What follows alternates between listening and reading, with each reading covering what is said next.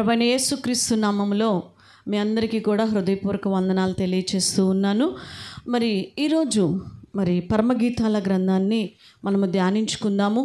ప్రార్థన చేసుకోవటానికి ముందు ఆ ప్రార్థనల్లో మనల్ని నడిపించేది దేవుని యొక్క సన్నిధిలో పాటల ద్వారా మనం ఆరాధిస్తూ ఉన్నప్పుడు మన హృదయంలో ఉన్నటువంటి మన హృదయంలో ఉన్నటువంటి ప్రతి విధమైనటువంటి గలిబిలులు అన్నిటి నుంచి కూడా దేవుడు విడుదలిస్తాడు. పాటలు పాడుతూ ఉన్నప్పుడే దేవుని ఆత్మతో మనము నింపబడుతూ ఉంటాం. ప్రియ దేవుని బిడ్డలారా, ప్రతి ఒక్కరు కూడా ప్రార్థనకి ముందుగా, వాక్యం వినటానికి ముందుగా కూడా పాటల కార్యక్రమంలో కూడా మనం పాలుభాగస్థులమైనప్పుడు దేవుని యొక్క అభిషేకాన్ని మనము పొందుకోగలుగుతామని మీకు ఈ సమయంలో గుర్తు చేస్తూ ఉన్నాను. ప్రార్థన చేసుకోవటానికి ఎప్పుడైతే మనం పాటలు పాడుకొని ప్రభువుని స్తుతిస్తూ ఉన్నామో దేవుని వాక్యము కూడా మనకి ఎంతగానో ప్రార్థనలోనికి మనల్ని నడిపిస్తూ ఉంది. కాబట్టి దేవుని యొక్క వాక్యము చాలా శ్రేష్టమైనది, అమూల్యమైనది. ఈరోజు మన హృదయము కఠినమైపోయిన మన హృదయాలని మెత్తన చేయగలిగేది దేవుని యొక్క వాక్యము. సో ఈ వాక్యము మనకి ఎంతో అవసరమని ప్రభువారు సెలవిస్తూ ఉన్నారు. రండి, దేవుని యొక్క వాక్యాన్ని మనము శ్రద్ధగా కొంచెం సేపు మనం నేర్చుకుందాము. అటు ఇటు తిరగకుండా చక్కగా మన మనసు దేవుని మీదే, వాక్యము మీదే మన మనసును పెట్టి నేర్చుకుందాం. మనము ఆ పని చేసుకుంటూ ఈ పని చేసుకుంటూ ఏదో వింటూ ఉంటే మన మనసు వాక్యం మీదకి వెళ్ళదు. కాబట్టి యూట్యూబ్లో వాక్యము వింటున్న బిడ్డలు కూడా చక్కగా మోకరించి వాక్యాన్ని శ్రద్ధగా వినాలని ప్రభు పేరిట మనవి చేస్తూ ఉన్నాను. పరమగీతాల గ్రంథము 1వ అధ్యాయములో మనము ధ్యానిస్తూనే ఉన్నాము. ఈ 1వ అధ్యాయంలోని 5-6 వచనాల్ని ఈ రాత్రికాల సమయంలో మనము ధ్యానించుకుందాం. చూడండి, పరమగీతములు 1వ అధ్యాయము 5-6 వచనాల్ని చదువుకుందాం. యెరూషలేము కుమార్తెలారా, నేను నల్లని దాననైనను సౌందర్యవంతురాలను, కేదారు వారి గుడారముల వలెను, సొలొమోను నగరు తెరల వలెను నేను సౌందర్యవంతురాలను. నల్లని దాననని నన్ను చిన్న చూపులు చూడకుడి. నేను ఎండ తగిలిన దానను. నా సహోదరులు నా మీద కోపించి నన్ను ద్రాక్ష తోటకు కావలకత్తిగా ఉంచిరి. చూడండి, ఇక్కడ ఒక మాట మనము చూస్తూ ఉన్నాం.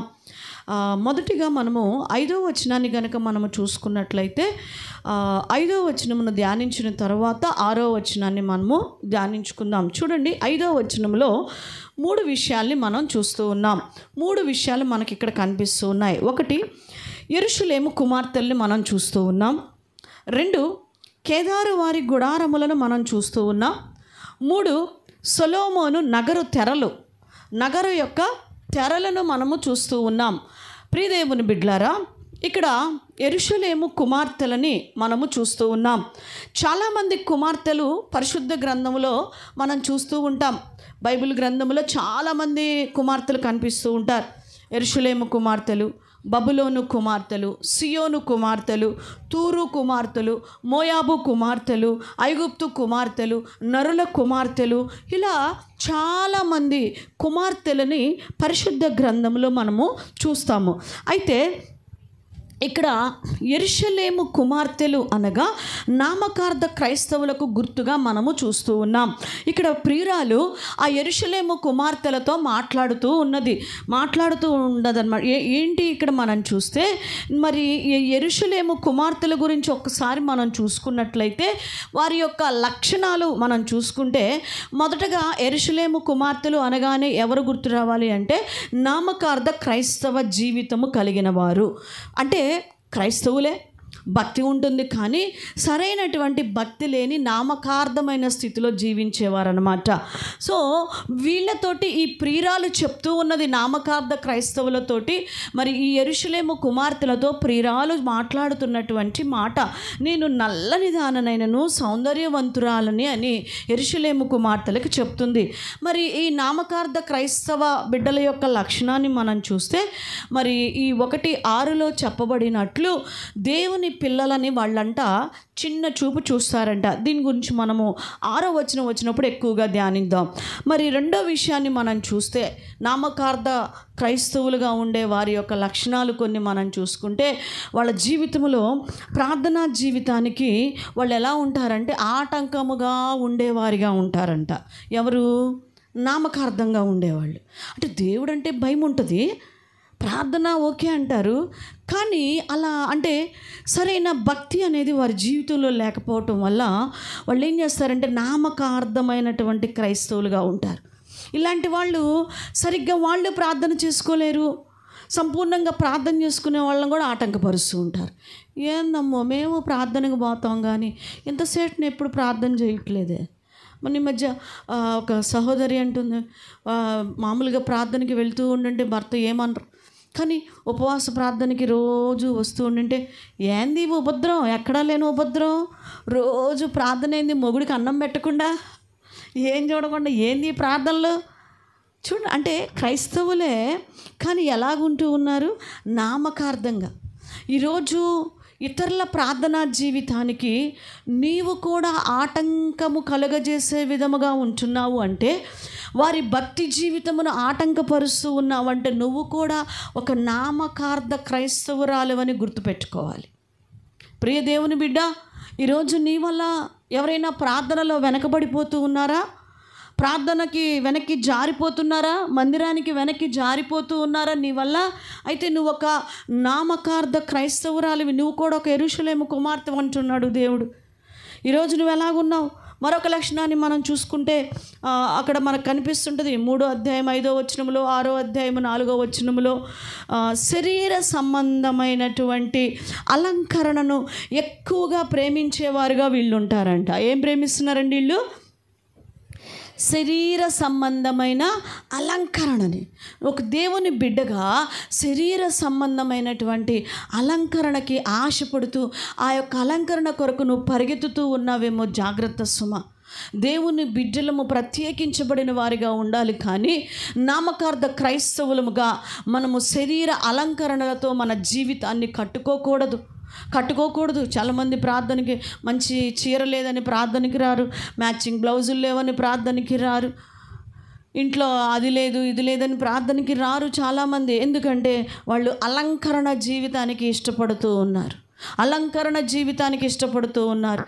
శరీర సంబంధముగా మనుషులను ఆకర్షిస్తూ ఉన్నారే కానీ ఆత్మ సంబంధముగా వీరు ఆకర్షించలేకపోతూ ఉన్నారు. ఈరోజు పైన అలంకరణ నీకు అలంకరణగా ఉండకూడదు. ఎక్కువ అలంకరణ ప్రేమించేవారు కూడా వారి పరిస్థితిని ఎలాంటిదని చెప్తున్నాడంటే దేవుడు, నామకార్థ క్రైస్తవురాలివి అంటూ ఉన్నాడు. నీ అలంకరణ ఇతరులకు అభ్యంతరం అయిపోతూ ఉన్నది అంటున్నాడు దేవుడు. నీ అలంకరణ బట్టి అనేక మంది వ్యక్తులు నాశనమైపోతూ ఉన్నారు. దీనా కూడా చూడండి, ఆ యొక్క ఊరి వారిని చూడాలి అని ఏదో స్టైల్గా వెళ్ళిపోయింది, ఎవ్వరికీ చెప్పకుండా వెళ్ళిపోయింది. మరి ఏం వస్త్రాలు వేసుకొని వెళ్ళిందో, ఏ అలంకరణ చేసుకొని వెళ్ళిందో ఇంట్లో వాళ్ళకి చెప్పలేదు, ఇంట్లో ఉన్న అన్నదమ్ములకి చెప్పలేదు, తల్లిదండ్రులకి చెప్పలేదు, తన స్నేహితులు ఎవరన్నా తోటివారిని, తన దగ్గర ఉన్న వారిని కూడా తీసుకొని వెళ్ళలేదు. ఒంటరిగా పోవటాన్ని మనం చూస్తూ ఉన్నాం. ఎందుకు వెళ్ళింది? అక్కడ ఉన్నటువంటి పరిస్థితిని చూడటానికి, అక్కడ ఆ యొక్క దేశంలో ఉన్నటువంటి అందచందాలని చూడడానికి అలాగా వెళ్ళినట్లుగా మరి మనం చూస్తూ ఉన్నాం. అందుకే తన జీవితము పాడైపోయింది. ప్రియదేవుని బిడ్డ, నామకార్థ క్రైస్తవులు ఎంతవరకు అలంకరించుకోవాలో అంతవరకు దేవుని బిడ్డలు మనం అలంకరించుకోవాలి, కానీ శృతి మించి అలంకరణ అనేది ఉన్నట్లయితే నామకార్థ క్రైస్తవులం అని దేవుని వాక్యం మనకు సెలవిస్తూ ఉన్నది. వాళ్ళ వల్ల ఆటంకం ఏర్పడుతుంది ప్రియురాలికి. ఎవరికి? సంఘము. ప్రియురాలంటే ఎవరు? సంఘం. ఈ నామకార్థంగా అటు సావరు, ఇటు బతకరు అన్నట్టు. కంప్లీట్గా అటు లోకంలో ఉండోళ్ళు, బయట అది వేరే విషయం. కానీ ఇటు సావరు, ఇటు బ్రతకరు. అంటే అటు సంపూర్ణంగా దేవుల్లో ఉండరు, ఇటు లోకంలో ఉండరు. సంఘానికి ఎలా ఉంటారంటే ఆటంకముగా ఉంటూ ఉంటారు. మరి 4వ లక్షణాన్ని మనం చదువుతూ ఉన్నాం. వీళ్ళు ప్రియుని విశేషము ఎరగని వారంట. 5వ అధ్యాయము 9 నుంచి 16 వరకు మనం చూస్తాం. వీరు ప్రియుని విశేషము ఎరుగనటువంటి వారు. దేవుని గొప్పతనం వీరికి తెలియదు. ఎప్పుడు చూసినా మనుషుల మీద ఆధారపడుతూ ఉంటారు వీళ్ళు. ప్రియుడి యొక్క గొప్పతనము నీకు తెలిస్తే ప్రియుడిని గణపరిచే జీవిత అనుభవంలో నువ్వు ఉంటావు. ఆయన గొప్పతనమును నువ్వు రుచి చూడలేకపోతూ ఉన్నావు. ఈరోజు మనం పరిశీలన చేసుకోవాలి. అంతేకాదండి, ఈ నామకార్థ క్రైస్తవులకు ఉండే మరొక లక్షణము 3వ అధ్యాయము 10వ వచనంలో మనం చూస్తూ ఉన్నాం. ఆచార భక్తి కలిగి ఉంటారంట. ఏం భక్తి ఇళ్లలో? ఆచార సంబంధమైన భక్తి. ఏంటి? గుడ్ ఫ్రైడే వచ్చిందంటే ఆచారంగా చేస్తారు.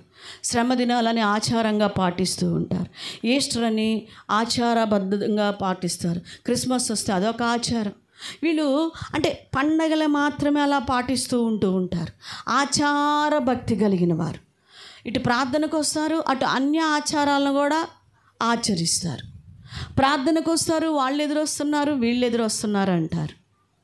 ప్రార్థనకు వస్తారు, వీళ్ళు తుమ్మారు, వాళ్ళు దగ్గారు అంటారు. వీళ్ళకి ఆచారాలు విడిచిపెట్టరు వీళ్ళు. ఈరోజు నామకార్థ క్రైస్తవులు ఆచార భక్తిని చేస్తారని సెలవిస్తూ ఉన్నది. అంతేకాదు, లూకా సువార్తలో మనం చూస్తాం 23వ అధ్యాయము 28వ వచనములో మనం చూసుకుంటే ఈ నామకార్థ క్రైస్తవులు శరీర సంబంధమైన దుఃఖము గలవారుగా ఉంటారంట. ఆ నామకార్థ క్రైస్తవులు ఎప్పుడు దేనికోసం ఏడుస్తుంటారంట? శరీర సంబంధమైన వాటి కోసమే ఏడుస్తుంటారు. ప్రభువేమో ఆత్మానుసారమైన దుఃఖము రక్షణార్థమైన మారు మనసును కలుగు చేస్తుందని చెప్తుంటే, శరీరము కోసమే ఏం తిందాం, ఏం తాగుదాం, అయ్యో మాకు అది లేదే, మాకు ఇది లేదే, ఈ వస్త్రాలు లేవే, ఆ వస్త్రాలు లేవే అని ఇశ్రాయేలు ప్రజలు కనుక అరణ్యములో కీరకాయల కోసం, కాకరకాయల కోసం, దోసకాయల కోసం, మాంసం కోసం ఏడిచినట్టు ఎప్పుడు చూసినా కూడా శరీర సంబంధమైన వాటి కోసమే ఏడుస్తూ ఉంటారు. పెళ్ళిళ్ళు కాలేదయ్యా, మాకు అయిలేవయ్యా, మాకు ఈలేవయ్యా అని ఏడుస్తూ ఉంటా. నీ జీవితంలో ఎప్పుడైనా నా పిల్లలు సమూయేలు వలె సేవలోకి వెళ్ళాలయ్యా, నా పిల్లలు ఇదిగో ఎస్తేరు వలె, రూతు వలె అనేకులకు ఆశీర్వాదంగా నా పిల్లలు మారిపోవాలయ్యా, ఏ రోజన్నా ప్రార్థన చేసావా? నీ పిల్లలు బాగా చదువుకోకపోయినా పర్వాలేదేమో, కానీ పరిశుద్ధ జీవితంలో ఉన్నతంగా ఉండాలని ప్రార్థన చేసుకో. ఆత్మ సంబంధంగా నీ బిడ్డలు అనేకులకు ఆశీర్వాదంగా ఉండాలని ప్రార్థన చేయండి. ప్రియదేవుని బిడ్డ, చూడండి, వీళ్ళు శరీర సంబంధమైన వాటి కోసం ఏడుస్తూ ఉంటారు. ఎప్పుడు చూసినా వాళ్ళు కొట్టారు, వీళ్ళు కొట్టారు, వీళ్ళు తిట్టారు, వాళ్ళు తిట్టారు, ఇదే ఏడుపు, ఇదే ఏడుస్తూ ఉంటారు. ఆత్మానుసారమైన దుఃఖం నీ కార్యాలు నెరవేర్చిద్ది నీకు. ప్రియదేవుని బిడ్డ, నామకార్థ క్రైస్తవులు ఇంకా ఎలా ఉంటారంటే ఏడో విషయం చెప్తున్న మత్తయి సువార్తలో చెప్పబడినట్లు 3వ అధ్యాయము 8-9 వచనాల్లో చెప్పబడినట్లు క్రియలు లేని విశ్వాసము వృతం. అంటే వీళ్ళల్లో ఏం విశ్వాసం ఉంటుంది కానీ వీళ్ళకి క్రియలు ఉండవు అనమాట. క్రియలు లేని విశ్వాసం. అబ్బో దేవుడు భలే గొప్ప దేవుడు అంటారు, అన్నీ ఇచ్చేసి ఇచ్చేసేస్తారు. అంటే ఆ క్రియల్లో, ఆ పనుల్లో ఆ విశ్వాసాన్ని చూపించరు, నమ్మరు దేవుణ్ణి. అపనమ్మకస్తులుగా ఉంటూ ఉంటారు, అపనమ్మకస్తులుగా జీవిస్తూ ఉంటారు. విశ్వాసము లేనటువంటి భక్తి ఏం చేసుకున్నాం, ఏం ప్రయోజనం? ఈరోజు విశ్వాసముగా ఉండాలి మనం. ఆ తండ్రి యేసు ప్రభు వారి దగ్గరికి వచ్చి ప్రభువారిని అడుగుతున్నాడు, ఇదిగో మరి శిష్యులు ఇప్పుడు దాకా ప్రార్థన చేశారు, నీ వల్ల ఏమన్నా అయితే చెయ్యి ప్రార్థన నా కుమారుడికి అంటున్నాడు. అంటే అతనిలో సంపూర్ణమైన విశ్వాసం అనేది కనపడల, నామకార్థ స్థితి కనబడుతూ ఉంది. చూద్దాం ఇతని వల్ల కూడా ఏమైనా అయిద్దాం చూద్దాం అన్నట్టుగా. ఇటు దేవుడికి ఆప్షన్ ఇస్తారు, ఇటు వడ్డీకి ఇచ్చే వాళ్ళకి ఆప్షన్ ఇస్తారు. ఇటు దేవుడికి ఆప్షన్ ఇస్తారు, ఇంకొక మార్గం చూపించే వాళ్ళకి ఆప్షన్ ఇస్తారు. రెండు ఎంచుకుంటారు వీళ్ళు, చేస్తే దేవుడు, లేకపోతే ఇచ్చేవాళ్ళు ఉన్నారంటారు. కరెక్ట్ కాదు అది. నువ్వు దేవుడు పాదాలు గట్టిగా పట్టుకో, ప్రభువు కురిపిస్తాడంతే. కాకోలముల ద్వారా నీకు కురిపిస్తాడంతే. మంచు హిమము వలె ఎలా పడిందంట ఆ యొక్క మన్నా, మంచు వలె ఇశ్రాయేలుకు కురిపించాడంతే, నీకు కురిపిస్తాడు. నామకార్థ స్థితి నీ జీవితంలో ఉందేమో సహోదరి సహోదరుడా, ప్రియ సంగమా, ఈరోజు నామకార్థమైన జీవితం నీ వల్ల సంఘము దెబ్బతింటుంది, నీ వల్ల అనేక కుటుంబం దెబ్బతింటుంది, నీ వల్ల ప్రార్థనకు వచ్చేవాళ్ళు కూడా వెనక్కి వెళ్ళిపోతూ ఉంటారు. కాబట్టి ఈరోజు నామకార్థమైన భక్తి మన జీవితంలో యెరూషలేము కుమార్తెల వలె మన జీవితంలో ఉండకూడదని మనల్ని మనము పరిశీలన చేసుకోవాలి. కాబట్టి దేవుని యొక్క వాక్యం మనం చూసుకుంటాం. ఈ యొక్క పరమగీతాల్లో యెరూషలేము కుమార్తెలు అని దాదాపు 8 సార్లు మనకు కనిపిస్తుంది. యెరూషలేము కుమార్తెలు అని 8 సార్లు మనం చూస్తాం. నామకార్థ స్థితి ఉన్నచో వెంటనే మనం ఏం చేయాలంటే దేవుడి సన్నిధిలో పశ్చాత్తాపడి ఆ విషయంలో మనము మారు మనసు పొందాలని దేవుడు కోరుకుంటూ ఉన్నాడు. ప్రియ సంగమా, నామకార్థముగా నీవు ఉంటే విడవబడతావు. నీతో పాటు అనేకులు కూడా వెనక్కి జారిపోయి నరకానికి వెళ్ళిపోవటానికి కారకురాలు అవుతావని దేవుడు హెచ్చరిస్తూ ఉన్నాడు. ఇక ఈ ప్రియురాలు ఎవరితో పోల్చుకుంటుంది? కేదారు వారి గుడారములతో పోల్చుకుంటుంది. కేదారు వారు గుడారములు మనం చూసినట్లయితే కేదారు అనగా నలుపు అని అర్థం. ఏంటంట? నలుపు అని అర్థం. ఎందుకు ఆ నలుపు అని పేరు వచ్చింది అని మనం చూస్తే, కేదారు వారు అనగా ఇస్సాకారు గోత్రికులు. ఇస్సాకారు ఎవరు? యాకోబు యొక్క కుమారులలో ఒక కుమారుడు ఇస్సాకారు. అవునా? ఇస్సాకారు గోత్రం. ఈ ఇస్సాకారు యొక్క గోత్రికులు వీరు గుడారవాసులంట. ఎక్కడ నివసించేవాళ్ళు వీళ్ళు? గుడారవాసులు. గుడారాలలో నివసించేవాళ్ళు. వీరి గుడారములు పైన ఏమేసుకునేవారు అంటే నల్లగా ఉంటాయి. వీళ్ళు గుడారాలు ఎలాగుంటాయి అంటే నల్లగా ఉంటాయి. అంటే పైన కప్పు దేంతో వేసేవాళ్ళు? నల్లగా వేసుకునేవాళ్ళు. ఆ గోత్రికులు అందరూ ఒకవైపు వేసుకునేవాళ్ళు. వాళ్ళ గుడారాలన్నీ కూడా నల్లగా కనపడుతూ ఉంటాయి. నిగనిగలా నల్లగా కనిపిస్తూ ఉంటాయి ఆ గుడారాలు. అయితే ఈమె మరి తన యొక్క జీవితంలో మరి ఆ యొక్క గుడారాలతో తనను తాను పోల్చుకుంటూ ఉన్నది. ఎవరు? ప్రియురాలు, సంఘం. ఈమె ఉన్నత కుటుంబానికి చెందినటువంటిదే. ఈమె నల్లనిదైనా కూడా ఎలాంటిదంటే చాలా సౌందర్యవంతురాలు. అంటే శరీర సంబంధమైన అందము వ్యర్థమని, ఆత్మ సంబంధమైన అందము మనకి కావాలి అని మనం చాలాసార్లు పలుమార్లు ఈ గ్రంథాన్ని ధ్యానిస్తున్నప్పుడు ఈ కొద్ది రోజుల్లో ఆ మాటను కూడా మనము ఎక్కువసార్లే మనము మరి ధ్యానిస్తూ వచ్చాం. కాబట్టి ఈమె తను ఆ గుడారాలు నల్లగా ఉన్నా చాలా అందంగా కనిపిస్తాయి అంట. ఆ గుడారాలతో పోల్చుకుంటున్నట్లుగా మనం చూస్తూ ఉన్నాం. ప్రియదేవుని బిడ్డ, ఈరోజు నీ జీవితంలో నువ్వు ఎలాంటి పరిస్థితుల్లో ఉన్నా కూడా ప్రభు దగ్గరికి వచ్చినప్పుడు, ఆ రక్తముతో నువ్వు కడగబడినప్పుడు ఆయన దృష్టికి నువ్వెంతో చక్కని బిడ్డగా, ఆశీర్వదించబడిన బిడ్డగా నువ్వు కనిపిస్తావు. అనేకులు నువ్వు నడిపించగలుగుతావు అని దేవుని వాక్యం సెలవిస్తున్నది. అంతేకాదు ఈ సంఘము ఎవరితో పోల్చుకుంటుందంటే ఇక్కడ సొలొమోను కట్టినటువంటి నగరు యొక్క తెరలతో పోల్చుకుంటుందంట. సో అంటే ఇప్పుడు ఈ మందిరంలో మనం కట్టినటువంటి తెరలు, ఈ కటన్స్ మనం చూస్తాం.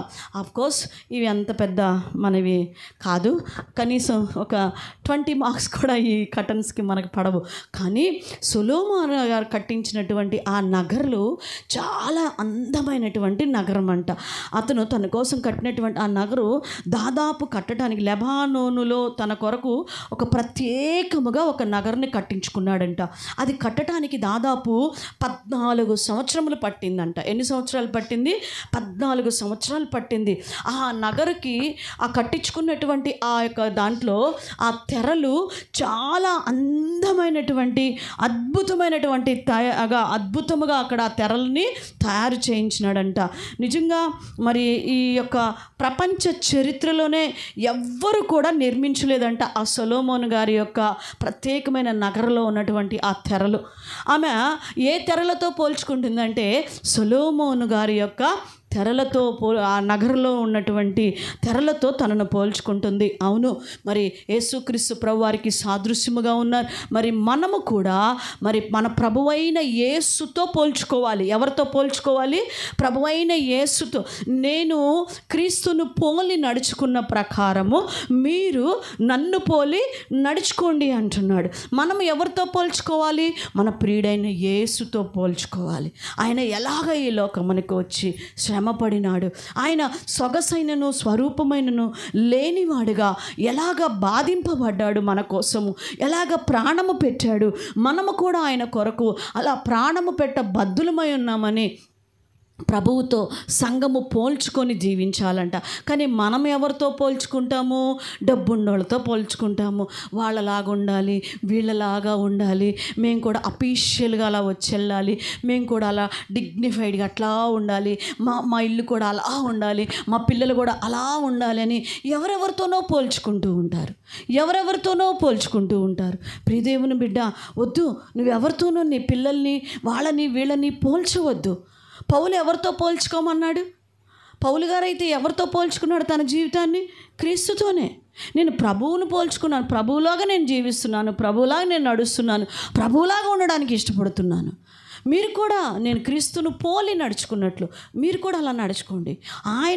ఆయనలాగా ఉండాలని ప్రయత్నం చేయండి. నా బిడ్డలు అలాగా ఉండాలి, ఒక ప్రభువులాగా ఉండాలని పోల్చుకోవాలంట. అంతేకాదు 6వ వచనంలో మనం చూస్తూ ఉన్నాం. 6వ వచనంలో మనం చూసుకుంటే ఇక్కడ ఒక విషయం మనకు కనిపిస్తుంది. ఏంటండి? నల్లని దాననని నన్ను చిన్న చూపులు చూడకుడి, నేను ఎండ తగిలిన దానను, నా సహోదరులు నా మీద కోపించి నన్ను ద్రాక్ష తోటకు కావలి కత్తిగా ఉంచిరి, అయితే నా సొంత తోటను నేను కాయకపోతుని. చూడండి, ఈమె నల్లనిదేని షునేమురాలు. ఈ షునేమి పట్టణమునకు చెందినటువంటి ఆమె. ఈమె షునేము పట్టణమునకు చెందింది. ఇస్సాకారు గోత్రికురాలు ఈ యొక్క ప్రియురాలు. అయితే భాగ్యవంతులైనటువంటి వారిలో ఒకరి పుత్రికగా ఆమె ఒక కుమార్తెగా చూస్తున్నాం. ఈమె కన్యక. ఈమె పేరు షులమ్మితి అని మనము చివరిలో చూస్తాం. అయితే ఆమె సహోదరులు కోపపడి ఆమెను ద్రాక్ష తోట కాయటానికి కావలి వారిగా ఏం చేశారంట? పంపారు. అయితే శరీర రీత్యా కష్టపడటం వల్ల ఈమె ఇంకా ఎలాగైపోయిందంటే బాగా నల్లగా అయిపోయిందంట. అందుకే అంటుంది, నేను నల్లని దాననైనను బహు సౌందర్యము కలిగినటువంటి దానని అని చెప్తూ ఉన్నది. అవును ప్రియదేవుని బిడ్డలారా, ఈరోజు క్రీస్తు రక్తము చేత మనము కడగబడినప్పుడు మనము ఆత్మ సంబంధమైన సౌందర్యాన్ని మనం ధరిస్తాము. నిజమైన విశ్వాసులు నామకార్థ క్రైస్తవుల ద్వారా హేళన చేయబడుతూ ఉన్నారంట. ఈమె నల్లనిదని, మరి అలా ఉన్నదని ఏం చేస్తున్నారంటే యెరూషలేము కుమార్తెలు ఆమెని చిన్న చూపు చూస్తున్నారు, హేళన చేస్తూ ఆమెని చిన్న చూపు చూస్తున్నారు. ఆమె అంటే ఎవరు? షూలమ్మిత్ అంటే ఎవరు? దేనికి పోల్చబడింది? సంఘము. గట్టిగా చెప్పండి. ఇది మర్చిపోతే మీకు వాక్యం అర్థం కాదు. ఇది గట్టిగా పెట్టుకోవాలి. సంఘమును నామకార్థంగా ఉన్నటువంటి వారు ఏం చేస్తూ ఉన్నారంట? హేళన చేయుచూ ఉన్నారు.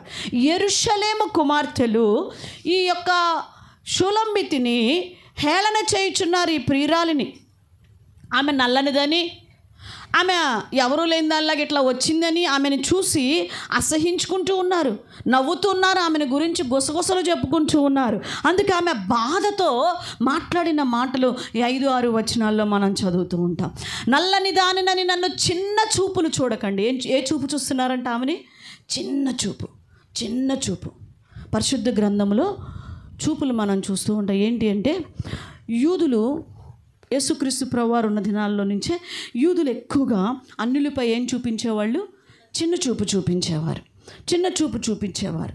మనకు తెలుసు, రోమాపత్రిక 9వ అధ్యాయం 4-5 వచనాల్లో చదువుతాం. ఆ తరువాత యోహాను సువార్త 1వ అధ్యాయము 11-12 వచనాల్లో కూడా మనం చూస్తాం. అలానే ఆ యొక్క అపోస్తుల గ్రంథాల్లో కూడా మనం చూసినప్పుడు కొన్ని పత్రికలు చదువుతూ ఉన్నప్పుడు సంఘము చిన్న చూపు చూసుకుంటూ ఉండటాన్ని చూస్తూ ఉన్నాం. మందిరమే తిట్టుకుంటూ ఉంటారు ఈరోజు కదండి. ఒక సంఘాన్ని ఒక సంఘస్థులు ఏం చేసుకుంటూ ఉంటున్నారు? ఎంచుకుంటూ ఉంటారు. ఇదిగో ఆయన పేరు పెట్టి పిలుస్తున్నాడు, పేరు పెట్టి పిలిచి దయ్యాలు ఎల్లగొడుతున్నాడు, పేరు పెట్టి ఎందుకు పిలుస్తున్నాడు, అక్కడ ఆయన పేరుకి ఎట్లా తెలిసింది, అదంత ట్రాక్, అంత అబద్ధము, అంత మోసగాడని ఒకళ్ళు. వీళ్ళు ఏం చేస్తున్నారు? పరిశుద్ధ గ్రంథంలో లేదా అని వీళ్ళు వాళ్ళని ఎంచుకోవటం. ఒకళ్ళని ఒకళ్ళు ప్రభువారు మనల్ని ఎందుకు పిలిచినారంటే సువార్త ప్రకటించడానికి ప్రభువారు మనల్ని పిలిస్తే ఒక సంఘం మీద ఒక సంఘం చిన్న చూపు. మీ మందిరం అట్లానా, మీ సేవకులు అట్లానా, మీ విశ్వాసులు ఇట్లానా, చిన్న చూపులు చూడండి. సంఘంపై సంఘం ఏం చూపుకుంటుందంట? చిన్న చూపు. అసలు ఈ సంఘాలన్నీ నేను అనుకుంటాను ఒక్కళ్ళు కరెక్ట్ కాదు, వీళ్ళు కరెక్ట్ కాదు, వాళ్ళు కరెక్ట్ కాదని ఒకటే తిట్టుకుంటుంటారు, ఒకటే మాట్లాడుకుంటూ ఉంటారు. రేపు పరలోకంలో అందరూ కలిసి అన్ని సంఘాలు అక్కడే ఉండాలి కదా, ఒకే చోట. హల్లెలూయా. ఎక్కడ ఉండాలి? పరలోకంలో ఒక చోటే ఉండాలి, ఒక్క చోటే కలిసి ఉండాలి. ప్రియ సంఘమా, ఎలా ఉంటారు వాళ్ళు? ఎలా ఉంటారు? ఒక సంఘాన్ని చూసి ద్వేషిస్తూ ఉంటారు, ఏదేదో తప్పులు పడుతూ ఉంటారు. ఈరోజు మనము అది పరిశీలన చేసుకోవాలి. మన మట్టుకు మనము ఏ సంఘములను కూడా మనం ఏం చూడకూడదు, చిన్న ఎందుకంటే సంఘము అంటే ఏంటండి? క్రీస్తు రక్తము చేత కడగబడింది. దాని కొరకు, ఆ సంఘము కొరకు ప్రభువారు రక్తాన్ని కార్చారు. సంఘమును ఎప్పుడు చిన్న చూపు చూడకూడదు, అది చిన్నదైనా పెద్ద మందిరాలైనా. అంతేకాదు సహోదరులపై సహోదరులు ఏం చూపించుకుంటారు? చిన్న చూపులు. ఒకరి మీద ఒకళ్ళు చిన్న చూపు. సొంత తోడబుట్టినోళ్ళే, తోడబుట్టినోళ్ళ దగ్గర నుంచే స్టార్ట్ చేసుకుందాం. ఒక ఇంట్లోనే ఉంటారు అక్క చెల్లెళ్ళు, అన్నదమ్ముళ్ళు. ఒకళ్ళ మీద ఒకళ్ళకి చిన్న చూపు, చిన్న చూపులు, అసహ్యం. ఈరోజు యోసేపు మీద తన అన్నలు ఏం చూపారు? చిన్న చూపు చూపించి, వస్తున్నాడు రే, వీడు వస్తున్నాడు రా, పెద్ద కలలుగానే వాడు వస్తున్నాడు రా, రే వీడిని వేసే చంపేయి. చూడండి ఎంత భయంకరమైన చూపులు చూశారు. ఆది సంఘంలో విధవరాండ్రపై చిన్న చూపు చూపారంట. ఎవరి మీద? విధవరాండ్రపై చిన్న చూపులు చూపారు. ఈరోజు మనం ఎవరిని తక్కువ చేయకూడదని పరిశుద్ధ గ్రంథంలో దేవుని వాక్యం సెలవిస్తూ ఉన్నది. ప్రియ సంఘమా, ప్రభువు ఎందుకు నీకు కార్యాలు చేయట్లేదో తెలుసా? నీలో ఉన్న గర్వాన్ని విడిచిపెట్టలా, నీలో ఉన్న అహంకారాన్ని విడిచిపెట్టట్లా. నువ్వు ఇంకా ఎదుటి వ్యక్తి ఎప్పుడు కూడా నీకంటే గొప్పవాడు అనుకో, ఎదుటి వ్యక్తి ఎప్పుడు కూడా మంచివారు అనుకో. వాళ్ళని ఎప్పుడు తక్కువగా చూడకు. ఎదుట సంఘాన్ని, ఎదుట మనిషిని, ఎదుట విశ్వాసిని, ఎదుటిన వారు నీకంటే మంచివారు, ఉన్నతులనుకో. అంతేకాని వారిని తక్కువ చేసి చూడకూడదు. ఈరోజు అందుకే మన జీవితంలో కార్యాలు జరగట్లేదు.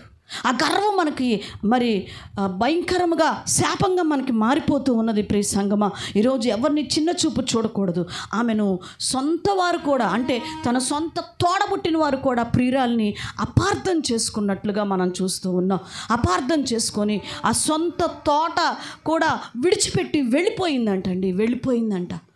తట్టు వెళ్ళిపోయింది. ఈరోజు ఈ దినాలలో ప్రభు కోసం అలా త్యాగము చేసేవారు ఎవరున్నారు? ప్రియ సంఘమా, ఈ చిన్న చూపులు చాలా అర్థాన్ని ఇచ్చేటువంటి చూపులు ఉన్నాయి. ఈ చిన్న చూపుల్లో తెలుసా, పరిశుద్ధ గ్రంథంలో చూస్తాం.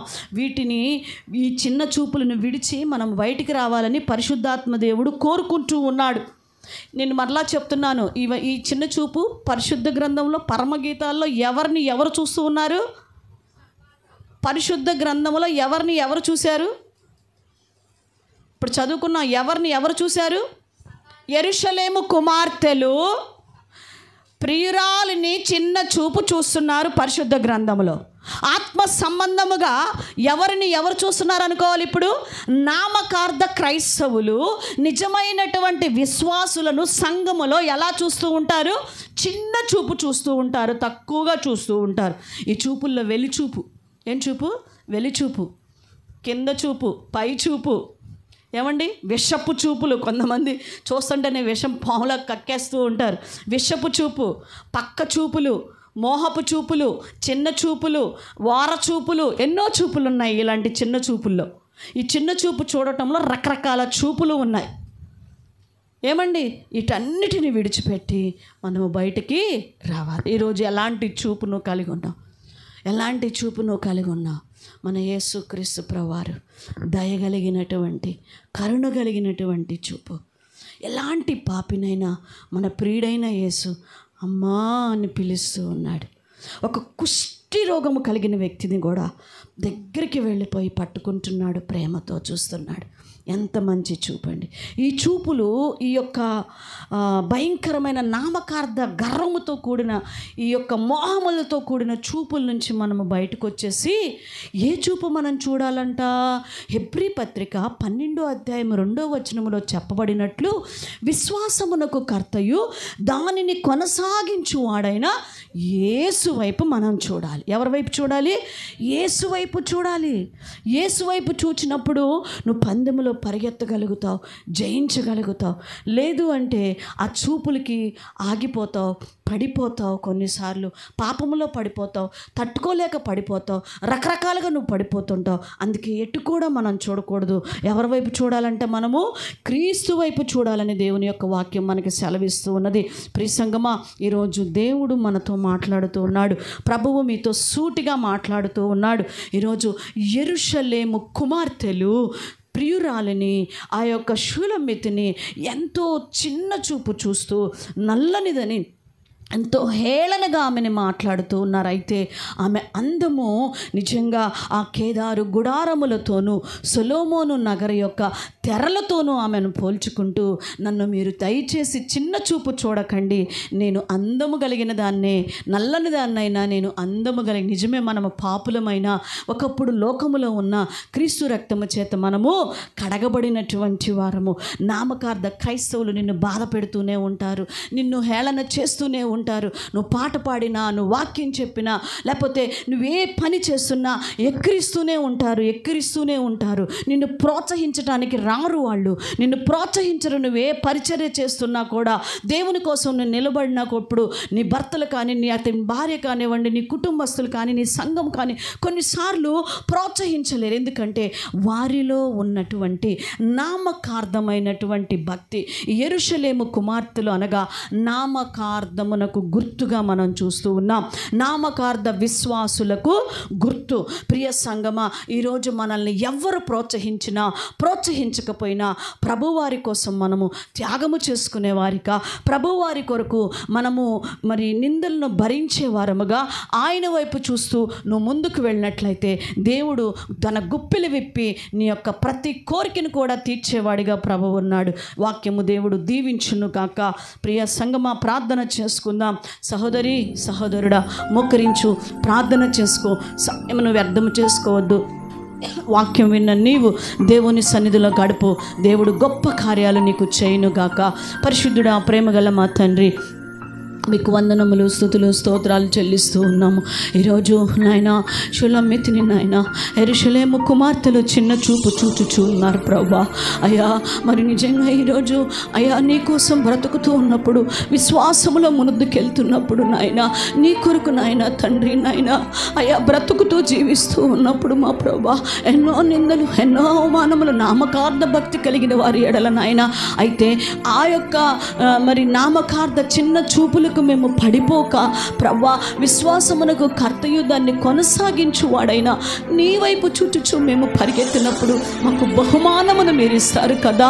అలాంటి కృప మేము పొందుకోవటానికి మాకు సహాయము చేసి నడిపించమని యేసు నామములో ప్రార్థిస్తున్నాం తండ్రి. ఆమేన్. God bless you. ప్రార్థన చేసుకోండి.